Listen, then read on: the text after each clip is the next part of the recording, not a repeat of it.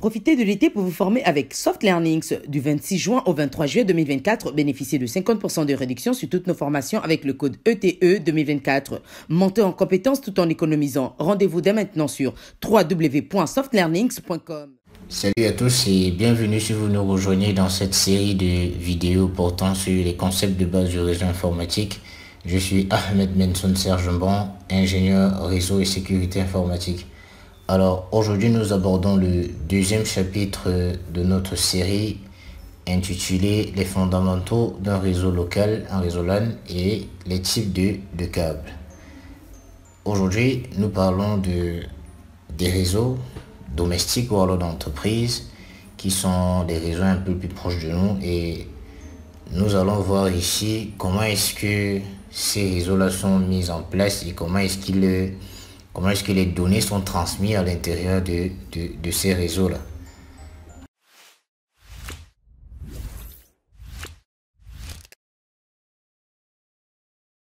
Tout de suite, nous passons à l'introduction.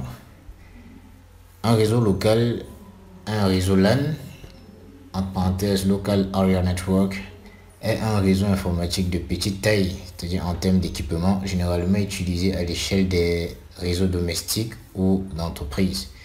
Effectivement, ça se résume réellement à nos réseaux, peut-être à la maison, ou alors à des petites entreprises, c'est peut-être un hôpital, une entreprise de service, tout ce que vous pouvez imaginer, vraiment à l'échelle à l'échelle d'un bâtiment ou alors d'une maison. Le terme Ethernet fait référence à une famille de standards, règles qui définissent la couche physique et la couche liaison de données, entre parenthèses data link. C'est l'une des technologies de câblage les plus populaires. Ethernet a été défini par l'IEEE, qui ici définit les spécifications concernant les câbles, les connecteurs et les protocoles qui font fonctionner les réseaux locaux. Nous avons parlé la dernière fois des modèles de réseau, vous voyez, et réellement, quel que soit le modèle de réseau, Ethernet, autant pour moi, est le standard qui fait fonctionner les réseaux locaux, dans la mesure où c'est lui qui définit les spécifications concernant les câbles, quel type de câble utiliser et à quoi est-ce que fait référence ces câbles, n'est-ce pas? Il y a des standards qui définissent justement l'utilisation de ces câbles, que ce soit en termes de vitesse, en termes de distance ou en termes de portée, de bande passante, et tous ces standards-là sont définis par l'Ethernet. Donc, dans le fonctionnement d'un réseau local, réellement, c'est l'Ethernet qui est comme la star, quoi. C'est lui qui gère le fonctionnement du réseau local, parce qu'il intervient au niveau des deux couches, c'est-à-dire la couche physique et la couche de data link, qui sont les deux couches qui interviennent au niveau du réseau local. Small office / home office, c'est-à-dire un réseau LAN requiert la présence d'un switch, donc commutateur. Il offre plusieurs ports physiques dans lesquels les câbles sont connectés.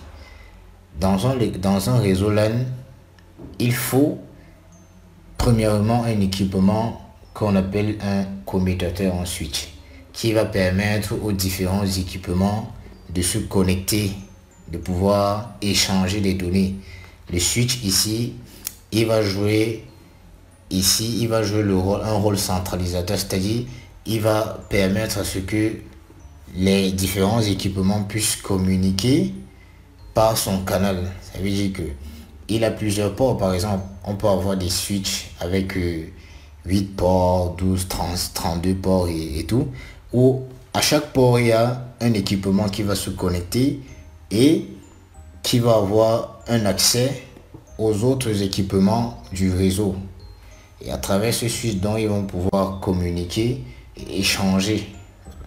Le switch utilise des câbles Ethernet un réseau local peut aussi être connecté à un routeur qui est plus performant, qui va avoir une plus-value sur le switch. Parce que le routeur, lui, parce qu'il y a des routeurs qui peuvent jouer les deux rôles.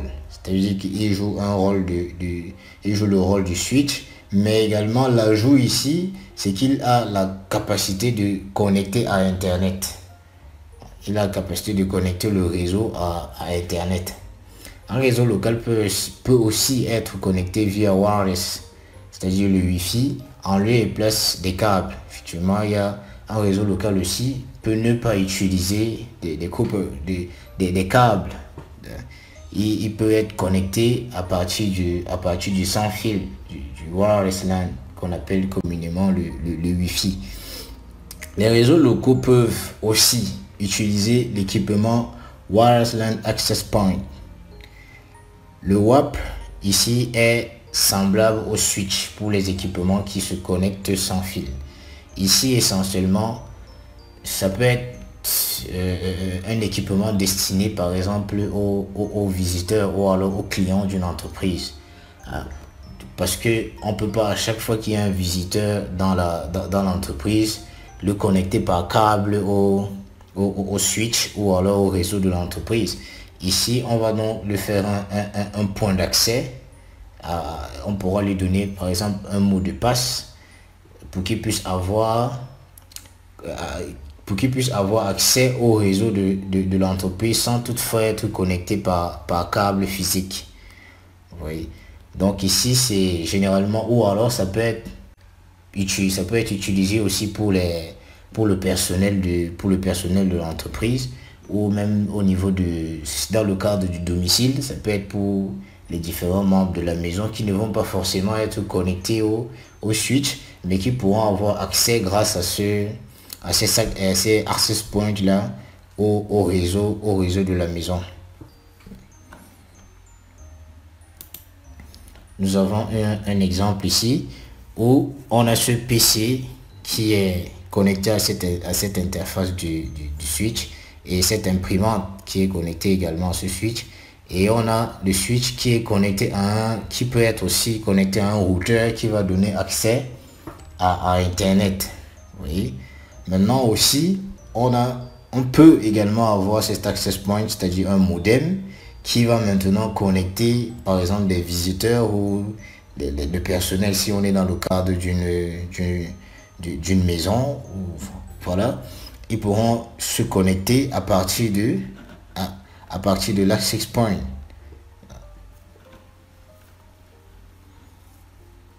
Mais ici également à la place, on pourra avoir des configurations où on a un routeur qui va jouer le même rôle que le switch ici, et à l'ajout il va apporter la plus-value qui est l'accès à Internet.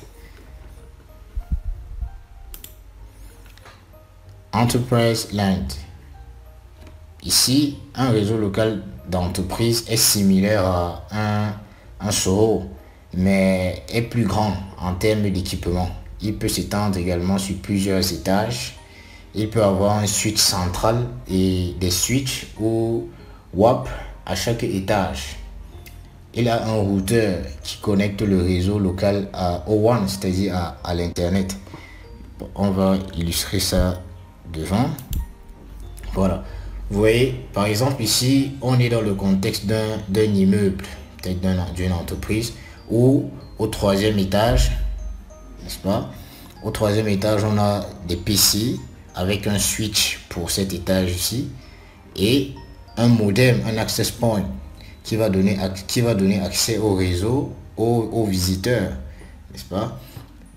Également au niveau du deuxième étage, c'est vrai qu'ici on a mentionné un PC, mais ça peut être plusieurs PC, hein. Ça peut être plusieurs PC qui vont être reliés à ce switch, et un access point on parle ici des visiteurs parce qu'on se dit que avec les visiteurs on va pas forcément les connecter directement à chaque fois par câble. C'est un peu pénible, et puis en termes de sécurité c'est pas très commode. Et au niveau du premier étage, on a également la même configuration avec un switch central qui va récupérer le trafic de tous les switches, et connecté également à un routeur qui va donner l'accès à l'internet ou alors à d'autres branches de l'entreprise. Ça peut être un immeuble étendu ça peut être des immeubles étendus dans une concession ou un grand parc où il va falloir connecter des différents bâtiments qui sont situés à des distances pas très éloignées. On sera toujours dans le cadre d'un LAN.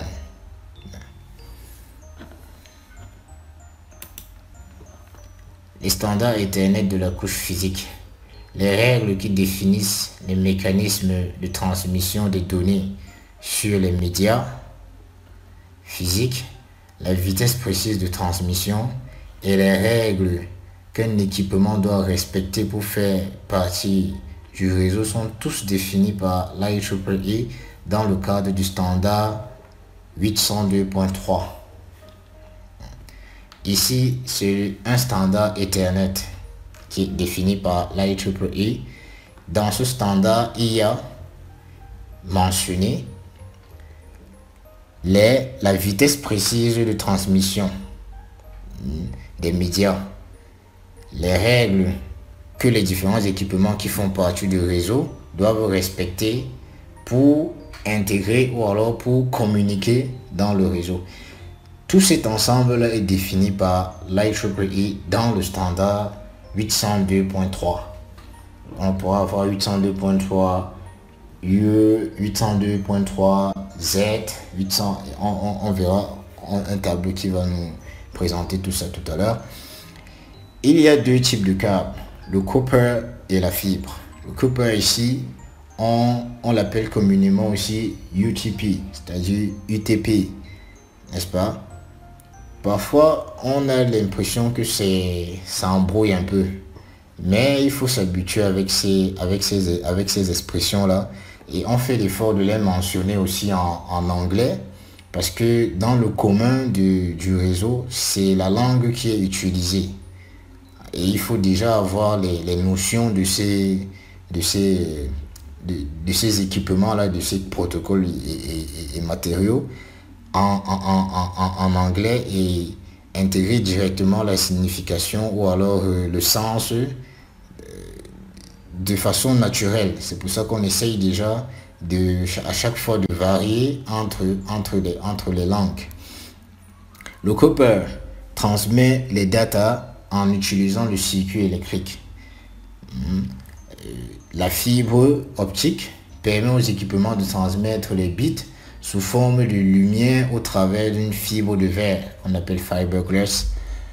Ici, au niveau de la fibre, il s'agit d'un faisceau lumineux qui va parcourir des distances à l'intérieur d'un tube de verre. Et clairement ici, on va se rendre compte que forcément, la connexion ou alors la transmission des données sera un peu plus rapide et avec une plus grande portée également. Parce que ici, de façon basique, on sait que la lumière est forcément plus rapide et a une plus grande portée que le son. Que le son ou alors que les ondes. Vous voyez un peu. Donc, à ce niveau, souvent, on va utiliser la fibre pour des grandes distances. Pour des grandes distances et également pour avoir une vitesse de connexion un peu plus grande. Avant de continuer cette vidéo, nous souhaitons vous présenter la plateforme de formation www.softlearnings.com. Sur cette plateforme, vous aurez l'ensemble de notre catalogue de formations pour vous accompagner dans l'acquisition de nouvelles compétences, mais aussi l'ensemble des outils et des solutions métiers développés pour vous aider au quotidien dans vos différentes missions. Vous avez aussi la possibilité de réserver vos places pour nos différents séminaires que nous organisons tout au long de l'année en venant simplement dans l'onglet séminaire et en choisissant le séminaire auquel vous voulez participer. Nous souhaitons par exemple prendre une formation, nous allons cliquer dans l'onglet formation et nous allons choisir cette formation que nous souhaitons ajouter au panier. Vous pouvez simplement cliquer sur ajouter au panier ou si vous souhaitez avoir la description de la formation, vous allez cliquer sur voir plus. Dans cette description, vous aurez l'ensemble du contenu de la formation. Vous avez la possibilité de voir les 2 premières vidéos de la formation, mais aussi la description de la formation et l'ensemble des outils qui sont mis à votre disposition pour la formation. Une fois que vous êtes convaincu, vous allez simplement cliquer sur « Ajouter au panier ». Et lorsque vous ajoutez au panier, vous allez aller dans votre panier.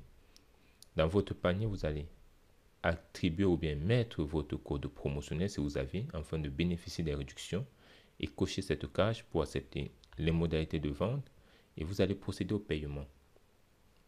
Lors du paiement, vous avez 3 possibilités. Donc, soit vous pouvez prendre un paiement pour 6 mois, pour 12 mois ou pour 24 mois. En fonction de celui que vous allez choisir, vous pouvez choisir pour 12 mois ou pour 6 mois. Ça dépendra de vous. Au niveau des paiements, vous avez un paiement par carte bancaire si vous possédez une carte bancaire. Et au cas où vous n'avez pas de carte bancaire, vous pouvez payer par mobile money. Et si vous souhaitez bénéficier de 20% de réduction sur tous les achats que vous allez faire sur la plateforme, vous allez simplement payer par des softcoins.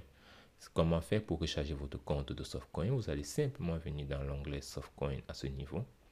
Et lorsque vous arrivez sur cet onglet, vous pouvez sélectionner votre recharge ou entrer une recharge personnalisée à ce niveau. Nous allons simplement choisir que nous voulons recharger de 140 €. Vous allez cliquer sur recharger. Et à ce niveau, il sera question pour vous de pouvoir entrer vos informations bancaires ici pour faire votre recharge. Une fois que la recharge est faite, vous allez revenir dans votre compte pour voir où se situe le reliquat ou bien votre compte de coins. C'est dans votre compte personnel, mes coins, et vous avez l'ensemble des coins qui vous est attribué ou bien que vous avez acheté. Vous pouvez maintenant payer vos formations avec cela. Et si vous n'avez pas de compte, n'hésitez pas à regarder notre liste de partenaires dans les différents pays pour pouvoir recharger votre carte bancaire, votre compte coin autant pour moi, ou alors vous pouvez nous écrire à contact@softlearnings.com et nous allons vous donner la procédure pour pouvoir recharger votre compte. Ok, on a le tableau ici qui définit le standard, n'est-ce pas, de l'IEEE 802.3. On a le 802.3, 802.3U, 802.3Z, 802.3AB, 802.3AN. Ici, au niveau du standard 802.3, quand on appelle ce standard le 10 base T ou alors le 100 base T, qu'est-ce que je dis, le 10 base T, et qu'on appelle communément les câbles Ethernet, n'est-ce pas? Ici, il couvre une distance maximale de 100 mètres. On a également le 100 base T, le 100 base T qu'on appelle le Fast Ethernet, n'est-ce pas, qui couvre une distance également de 100 km et a une vitesse de 100 mégabits par seconde. Tout ceci au niveau du tableau, ce sont les standards, n'est-ce pas, des câbles, et ces standards-ci, hein, tous ces standards-ci sont définis par l'IEEE. Vous voyez? Et ici, c'est des éléments à mémoriser. Hein. Par exemple, on pourra vous dire de donner les détails du standard 802.3. À quoi est-ce que le Cooper du standard 802.3 fait référence? Il faut dire que ça a une portée maximale de 100 mètres. On l'appelle le 10 base T. On l'appelle communément aussi le câble Ethernet et il transmet 10 mégabytes par seconde. Et ainsi de suite, on a le 1000 mégabytes par seconde Giga Ethernet qui est le 100 base LX et qui est appelé, dont le standard est nommé 802.3Z. Et la taille maximale c'est 5000 mètres. C'est vrai que ça peut être plus parce que ici on est dans le contexte du manuel de Cisco, donc ils mettent 5000 mètres, mais en réalité ça peut être tellement plus, et ici on parle de la fibre. Si c'est pas des Cooper, il s'agit de la fibre, parce que lorsqu'on va dépasser déjà des distances de 100 mètres, entre 100 et 150 mètres, et déjà il va falloir utiliser la fibre, sinon le message va se perdre. L'uniformité du fonctionnement quel que soit le type de câble, quel que soit le type, quel que soit le standard utilisé, que ce soit le 802.3, 102.3U et ainsi de suite, Ethernet fonctionne de la même façon parce qu'il utilise le même data link, c'est-à-dire la couche 2 sur toutes les connexions physiques. Donc, quel que soit le câble qu'on va utiliser, Ethernet va fonctionner de la même façon. Ethernet utilise le même header et trailer pour tous les types de câbles. La couche physique se concentre à la transmission des bits et Ethernet. Ethernet Data Link se consacre à la transmission des frames de la source à la destination. La couche physique, lui, il ne réfléchit pas, il n'a pas à réfléchir. Son problème, c'est de transmettre les bits.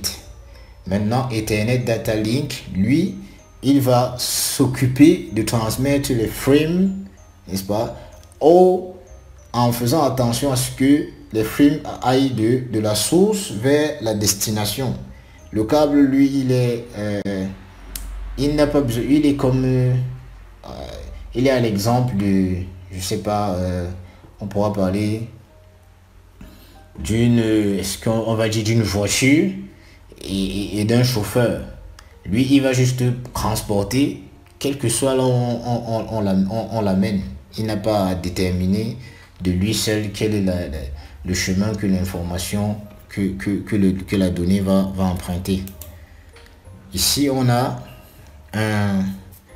un exemple. Voilà, ici. Vous voyez qu'ici, quel que soit le câble, ici on a un câble UTP, un Cooper de 10 MB par seconde, mais ici le frame a la même nomenclature, c'est-à-dire on a le header, le trailer et les données. Quel que soit le type de câble qu'on va utiliser ici, Ethernet va fonctionner de la même façon. Donc, il n'y a pas à dire que si on utilise un câble, par exemple, 10 bars T ou alors 100 bars T, il y aura un fonctionnement différent. Ici, vous voyez que c'est ce switch et ce switch. Et, étant donné qu'ils vont aller à une distance de 200 mètres, on va utiliser le 1 gigabit bars T où on a 1 giga.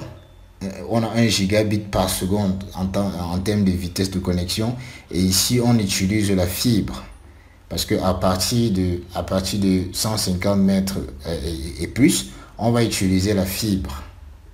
Ici également, on a une distance de 1 km qui sépare le switch 2 au switch 3. On va utiliser une fibre qui va avoir une vitesse de 10 gigabits par seconde.